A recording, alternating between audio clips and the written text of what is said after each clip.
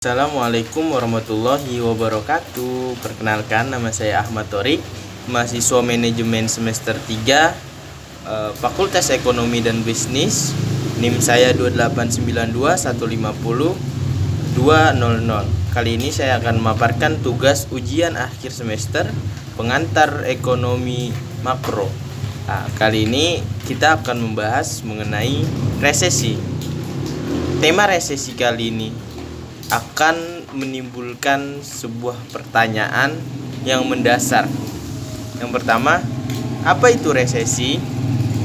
Menurut OJK atau Otoritas Jasa Keuangan, resesi adalah proses memburuknya keadaan atau kondisi ekonomi suatu negara dilihat dari turunnya PDB atau produk domestik bruto dan juga turunnya pertumbuhan ekonomi real secara negatif selama dua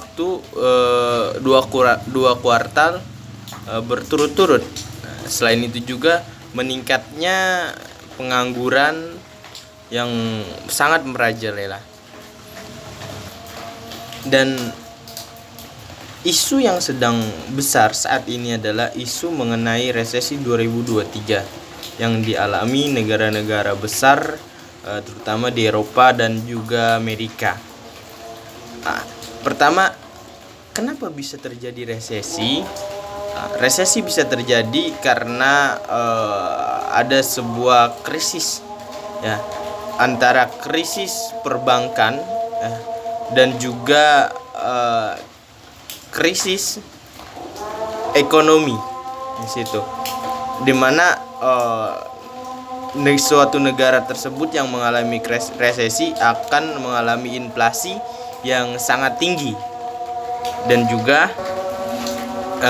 juga mereka mengalami krisis keuangan sehingga melahirkan sebuah masalah multidimensi yang dinamakan dengan resesi itu. Dan faktor atau penyebab resesi yang diramalkan 2023 ini antara lain dampak daripada COVID-19 2 tahun yang lalu dan juga perang Ukraina dan Rusia yang kini masih berlangsung seperti itu.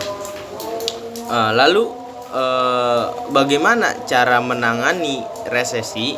Tentu saja dalam sistem ekonomi kapitalisme, menangani inflasi menekan suku bunga, ya. Dalam menghadapi inflasi, mereka menekan suku bunga setinggi-tingginya agar uang tersedot, ya, kembali kepada mereka, utamanya negara adidaya Amerika gitu. Namun itu bukanlah solusi yang efektif, sebab resesi yang terjadi kali ini bukan hanya itu penyebabnya, antara lain perang Ukraina dan Rusia, yang mana Rusia menahan ekspor minyak besar-besaran terhadap negara-negara Eropa dan juga Amerika, dan itu membuat Amerika menjadi oleng dan juga mengalami krisis minyak, karena kita tahu bahwa minyak adalah sumber utama, ya, daripada berjalannya sebuah perekonomian, di mana PT-PT pasti butuh minyak, ya. Kendaraan untuk memobilitas barang dan jasa itu juga butuh minyak, gitu kan, dan mesin-mesin pabrik dan sebagainya macamnya. Maka dari itu yang harus dilakukan harusnya adalah diplomasi atau negosiasi bagaimana Rusia mau kembali melakukan ekspor kepada negara Amerika maupun kepada negara-negara Eropa sekutunya Amerika.